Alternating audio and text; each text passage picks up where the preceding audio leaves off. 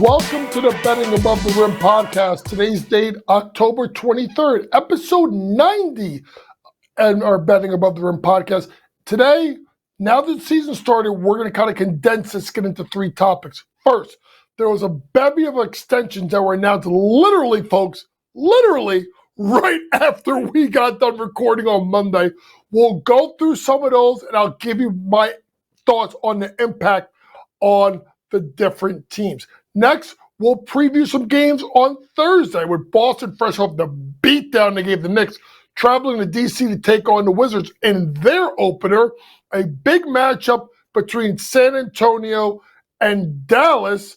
Then we'll get into another big matchup in the Western Conference between the Timberwolves and the Sacramento Kings. And the last matchup, another heavyweight matchup. There's a lot of heavyweight matchups early on in the year with Oklahoma City taking on Denver. Next, and we end the podcast, and we're going to do something a little bit different here. On the podcast to be released on Thursday, I'm going to look at games that go on the rest of the weekend and early into the next week. Until we record again, there will not be lines out, but I'll kind of give you things that I'm going to be looking for in regards to the matchup. Obviously, do know that when those games are played, you will get all of my picks most likely on the Sports Grid app. Let's get started with a bevy of moves that took place Monday evening and Tuesday. Probably the biggest one, I would say, is Rudy Gobert. Rudy Gobert, last night, literally, I would say minutes before taking the floor, got a new deal with the Minnesota Timberwolves. And the key thing about it is he opted out, or declined, let's say, $46.6 million in 25-26, and then turned around and got a 3-year deal, I do believe, that totaled $4-year deal, about $153 million. And how is it significant? Well, folks, simply put, we knew that Minnesota, going through the ownership change, well, there's kind of fighting still, A-Rod, and trying to take over the team here. We knew that this team had to do something with salaries. Well, the first domino was dropped when they traded Cat. Well, now what is the next domino that falls? Well, the next domino that fell was Rudy Gobert. And what they did in Minnesota is they allowed themselves, honestly, folks, to give themselves flexibility. I don't think people understand why would Rudy Gobert do it? Well, Rudy Gobert guarantees himself a certain amount of money over the next couple of years, right? But the bigger thing is the flexibility that it allows Minnesota to now have. Got to remember that next year, Julius Randle will be coming into the ability to probably get an extension, right? Next year is his player option, right? You have to look at Jaden McDaniels being paid $23 million over a while. You got to think, are you going to pay Naz Reid and give him a boatload more of money? Right? And then obviously, you're looking at Ant. He's got 5 years left in his deal. He is fine. So I think this is something that allows a little bit more flexibility for a team like Minnesota. Kind of similar to what Brunson did with New York. Could Rudy have waited and got more money? Yes. Would he have got it? That's the question. Would he have got it on the open market? Maybe not. He likes it in Minnesota. He likes playing with obviously Ant-Man, and it's something that honestly benefits both sides. Rudy gets the long-term security. Minnesota gets a little bit less of a hit. So I think that's something that you want to look at when you look at these, teams and how they move forward. How does it actually work for them? Okay, and I think that's something that you have to really think about. Right? And with a team like the Minnesota Timberwolves now, going into 26 season, you're looking at Minnesota having the 8th most salary. I think this is up to date by Sport Track, and that's at about $243 million in 25-26. Then you look at 26-27, they're at $275. They got to pay guys. Like, they got to figure out how they're going to do this year in, year out. So I think that's something you want to watch out for a team like Minnesota, especially in it being in a smaller market. how are they going to go ahead and pay all of these guys? This is a way for them to kind of take a little bit less on the plate in regards to doing that. So good job by Rudy Gobert being willing to take a little bit of a team, I would say a team discount, but long-term security, and it helps out Minnesota in the long run. Next up, Aaron Gordon, opting in, with his salary. Now he's looking at a 4-year, $133 million extension with the franchise, including a player option at 28-29, right? He opts in to the $23 million in 25-26, and then gets additional money totaling up to 133. So when you think about Aaron Gordon, this is your typical, like, really good third guy, right? You figure maybe fourth guy, right? You figure Joker, you figure Murray, you figure Michael Porter Jr. And a Denver team that's lost a lot of their I call nails and glue guys, right? This is kind of important. When you look at Minnesota, Denver. Denver is 8th this year. I want to make sure I get the right year. They're 8th this year at about $194 million, right? They're already past the first apron, right? You go look at 25-26 now, and with this deal, now they are at remember folks, $221 million allotted. You got to figure the fact that Joker and Jamal Murray combined themselves, the two of them, are over $100 million. And then you got to look at Michael Porter Jr. at $38 million. So that is $138 million tied up to 3 guys. How do you compete, right? How do you go about doing it? Well, getting him to opt in now and then go from there kind of figures it out, right? So from 25-26, they're at like $221 million. Then 26-27, right? They're at I think they're at $260 million. It's a lot of money that they have to pay to keep that team together. So by extending and getting them the buy-in, you get less money on now, and then maybe you bring down the average over the next couple of years.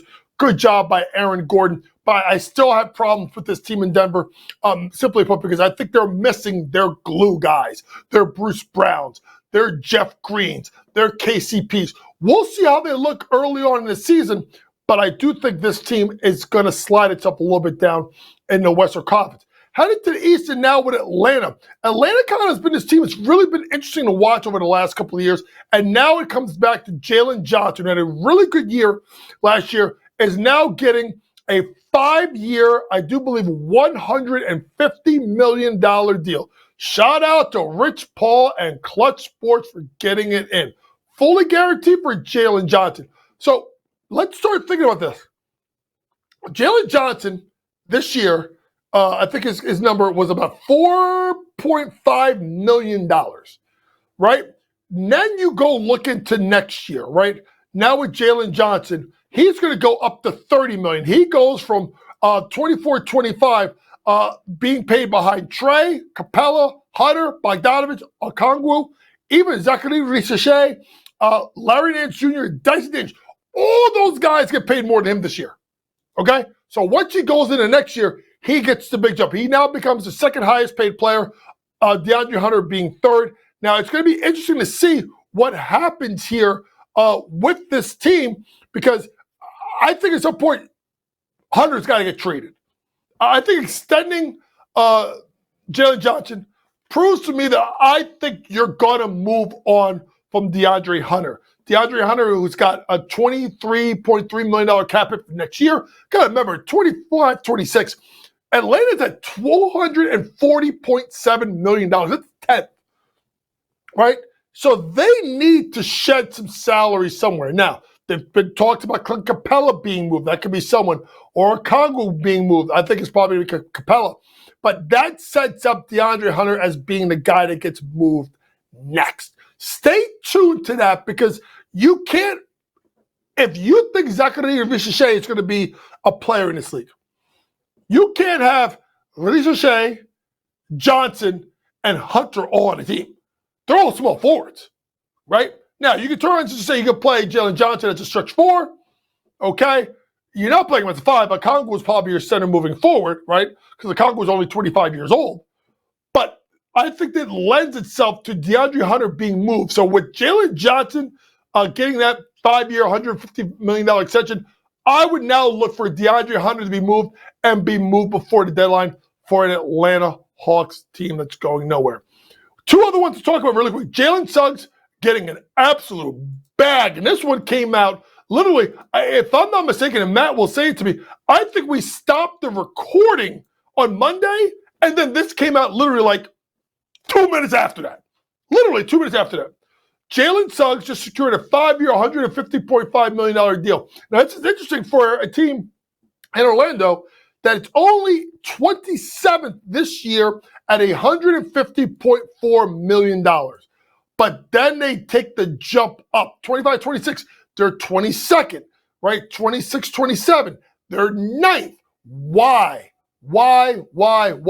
Number one, they got to pay Franz Wagner, who's getting a big deal.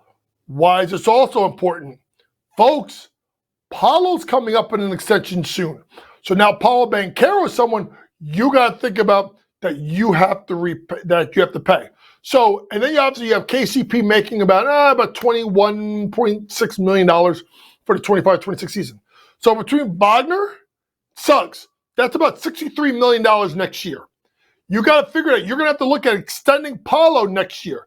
So I'm going to say between those three, you're looking at $100 million.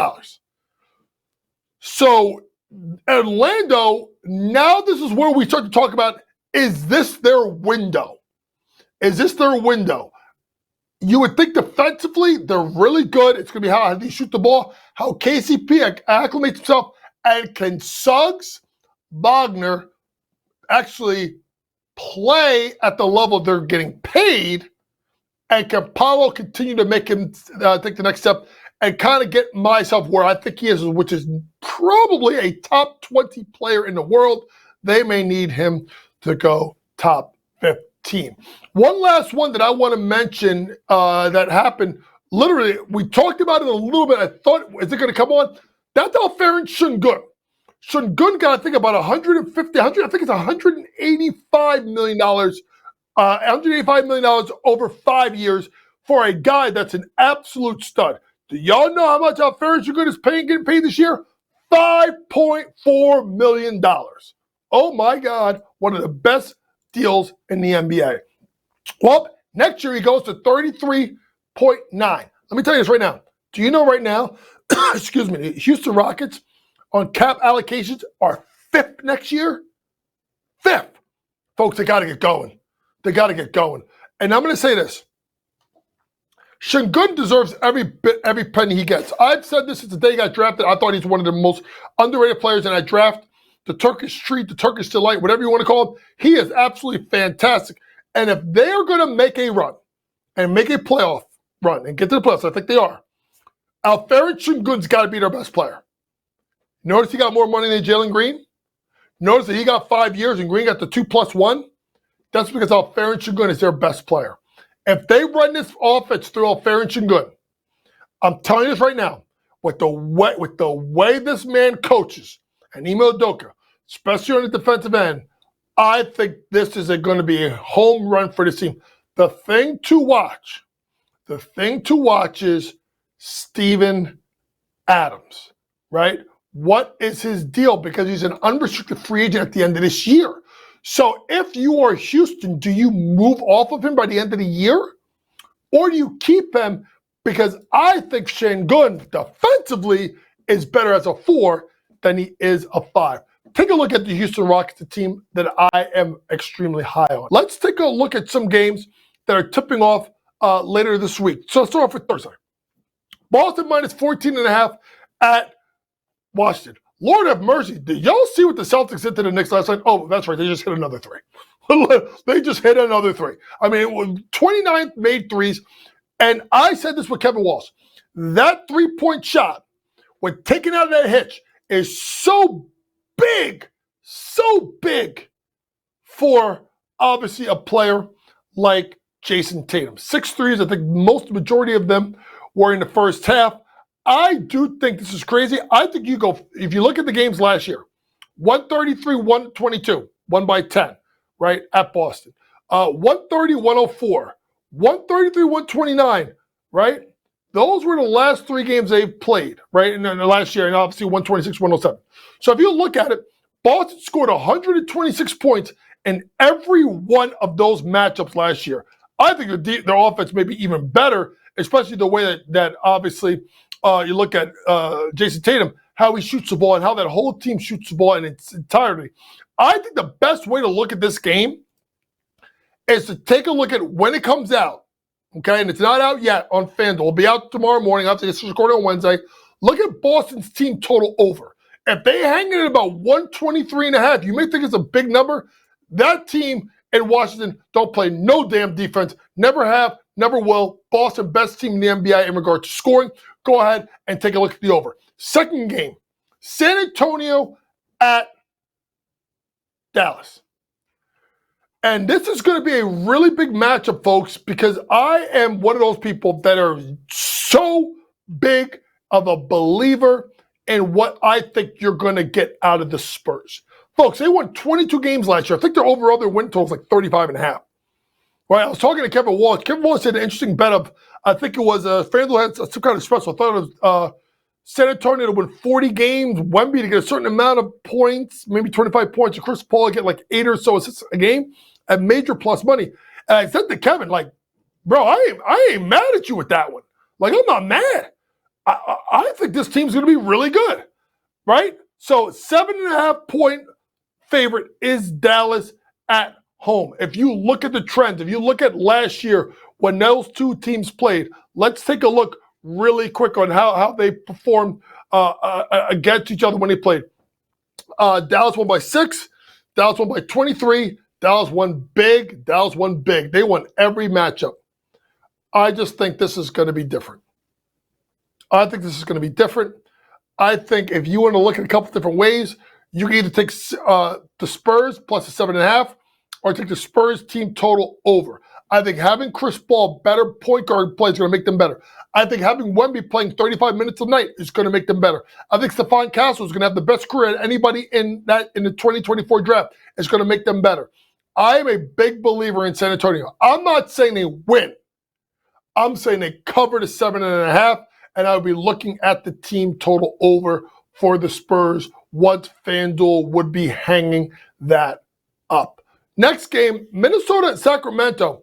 Folks, it's funny. Kevin was talking to me yesterday. He was right about this. I was wrong. I took the Minnesota Timberwolves on the money line versus the Lakers. I think they need time to adjust. I think they're going to miss Cat more than the Knicks are going to miss Randall. They got to figure it out with how they're going to work with someone in Randall who wants the ball in his hands. Plus, he's not strong defensively. I think this is very simple. I think Sacramento Kings are a sleeper team to come out of the West. I think the Sacramento Kings are going to win the Pacific Division. I'm just going to go flat out. Sacramento Kings on the money line to win their first game of the year versus the Minnesota Timberwolves. Last game we talked about on Thursday is a power matchup between Oklahoma City and Denver. These are two of the 3 best teams in the Northwest. And obviously they're going to be competing with Minnesota for that division title. I know Hartenstein is not playing. Folks, I got concerns. I got concerns in regards to Denver. I think they're going to miss all these nail and glue guys. Now, listen, I just looked. Joker to get a double-double is minus 750. Folks, Lord have mercy, don't even go near that. Okay? Joker plus 170, intriguing. I'm going to look at, honestly, points, rebounds, assists over for Nikola Jokic at 49.5. Anytime I think it's under 50, I think it's a problem. I think you should look at it. Obviously, with the fact we know Hartenstein to be there. So look at Joker over 49.5 PRA. That is out. And then look for a little sneaky, let's go double-double with Chet Holmgren at plus 185. Okay, now he's going to stay out of foul trouble, but I think he can get there with the rebounds, especially the fact with no Hartenstein. So Chet Holmgren plus 185 for a double-double. And then look at, obviously, Nikola Jokic over 49.5 PRA. Let's end today's podcast by just looking at a couple of matchups of what to look for as a coach and how I break down and look at things. First things first, Indiana versus New York. These two teams hate each other. And this game will be played on Friday night at MSG. And this will be a big matchup here. And to me, if you look at it, I will be looking at Jalen Brunson assist numbers. He only had 3 assists opening night. He's got to do a better job of sharing the ball. And I also look at maybe pick and pop with Cat. What that will do is that will now bring Miles Turner away from the basket. So driving lanes. Look at Brunson to go over his assist prop.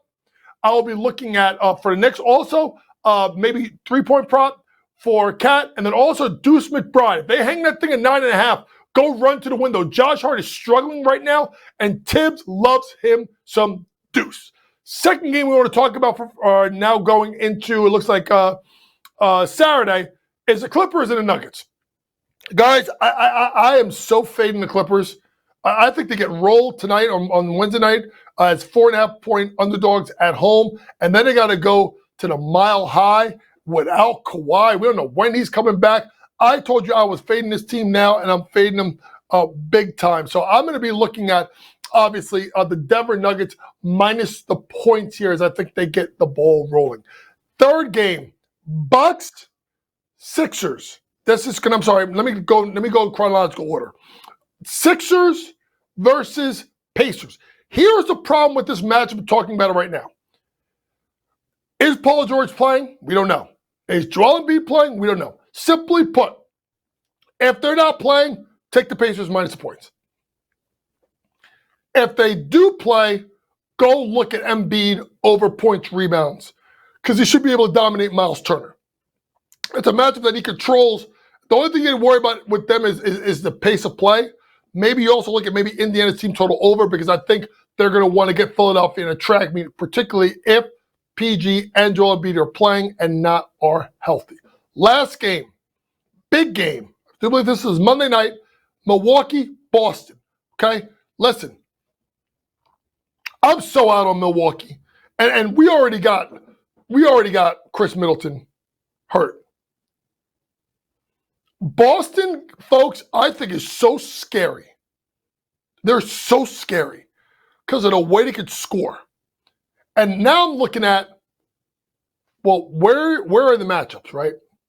So when you look at the Bucks, who are their defenders?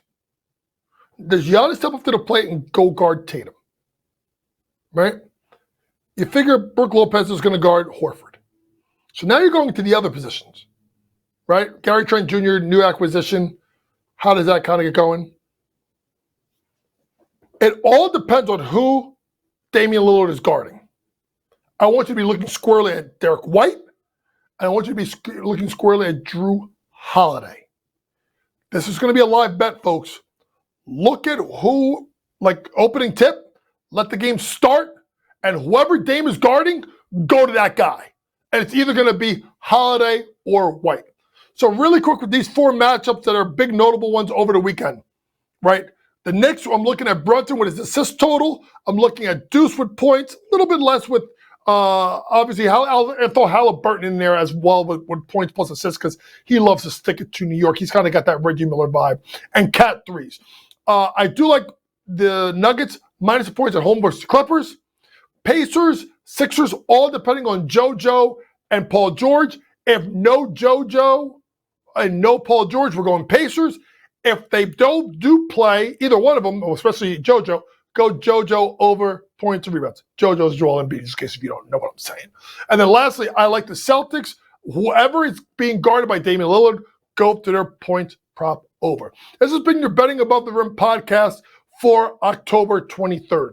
For all things sports gambling, download that Sports Grid app. Pre-game, in-game, post-game, props, predictions, and more from the very best in the sports gambling industry. Next podcast will be shot on Monday. We'll review the first week. We'll talk about games on Tuesday and Wednesday. And I promised you, I forget, my top 10 players in the league. My guy K-Dub said Wemby's 5th.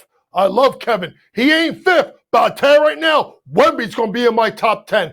For my producer, Matty George, Vinny, who does a great job with the graphics, Thank you for listening, folks. And please remember, it's smarter to be on Sports Grid. Good night.